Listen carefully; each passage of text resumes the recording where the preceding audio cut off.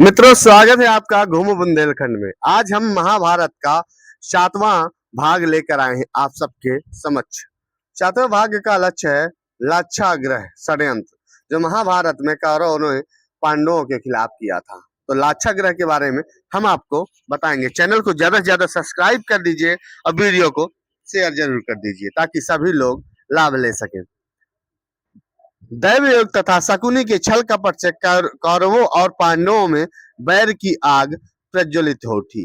दुर्योधन बड़ी खोटी बुद्धि का मनुष्य था। उसने शकुनी के कहने पर पांडवों को बचपन में कई बार मारने का प्रयत्न किया।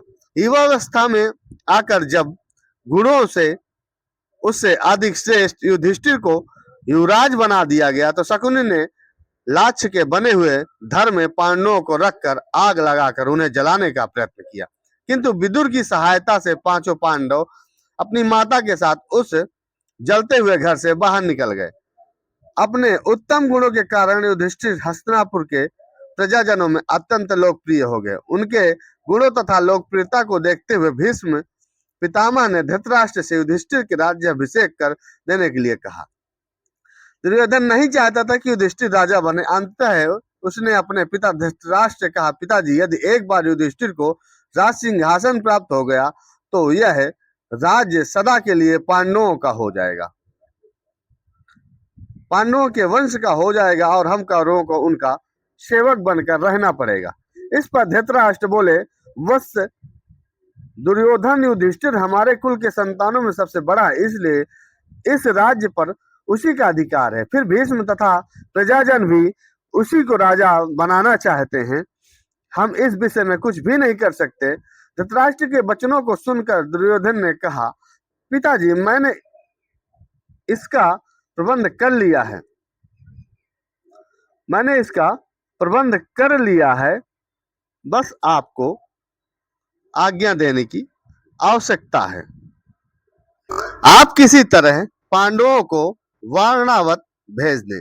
दुर्योधन ने वारणावत में पांडवों के निवास के लिए पुरोचन नामक शिल्पी से एक भवन का निर्माण करवाया था, जो कि लाख चर्बी, सूखी घास, मून जैसे अत्यंत ज्वलनशील पदार्थों से बना था। दुर्योधन ने पांडवों को इस भवन में जला डालने का षड्यंत्र रचा था। धृतराष्ट्र के कहने पर युधिष्ठिर अपनी माता तथा भाइयों के साथ वर्णावत जाने के लिए निकल पड़े। दुर्योधन के षड्यंत्र के विषय में विदुर को पता चल गया। अंततः वे वर्णावत जाते हुए पांडवों से मार्ग में मिले तथा उनसे बोले, देखो, दुर्योधन ने तुम लोगों को रहने के लिए वर्णावत नगर में एक ज्वलनशील पदार्थों एवं भवन बनाया है, जो आग लगते ही भड़क उठेगा। इसलिए तुम लोग भवन के अंदर से वन तक पहुंचने के लिए एक सुरंग अवश्य बना लेना, जिससे कि आग लगने पर तुम लोग अपनी रक्षा कर सको। मैं सुरंग बनाने वाला कारीगर चुपके से तुम लोगों के पास भेज दूंगा। तुम लोग उस लाक्षागृह में अत्यंत सावधानी के साथ रहना। वर्णावत में युधिष्ठिर ने अपने चाचा विदुर के भेजे गए कारीगर की सहायता से गुप्त सुरंग बनवा लिया। पांडव नित्य आखेट के लिए वन जाने के बहाने अपने छिपने के लिए स्थान की खोज करने लगे।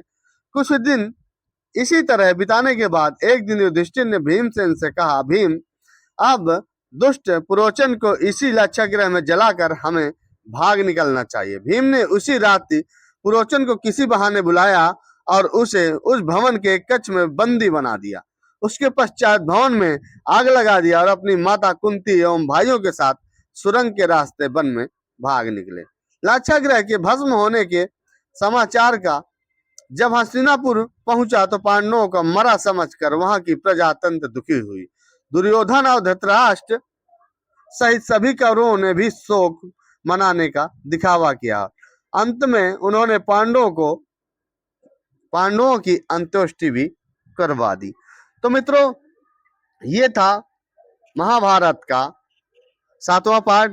हम आपको अगले पार्ट में लेकर फिर से महाभारत का एक पार्ट लेके आएंगे। तो आप सब बने रहिएगा और वीडियो को शेयर करना ना भूलिएगा, क्योंकि 8वें पार्ट में है द्रौपदी स्वयंवर। तो द्रौपदी स्वयंवर के लिए इस वीडियो को ज्यादा से ज्यादा शेयर करना होगा, सब्सक्राइब करना होगा, लाइक करना होगा, कमेंट जरूर करें।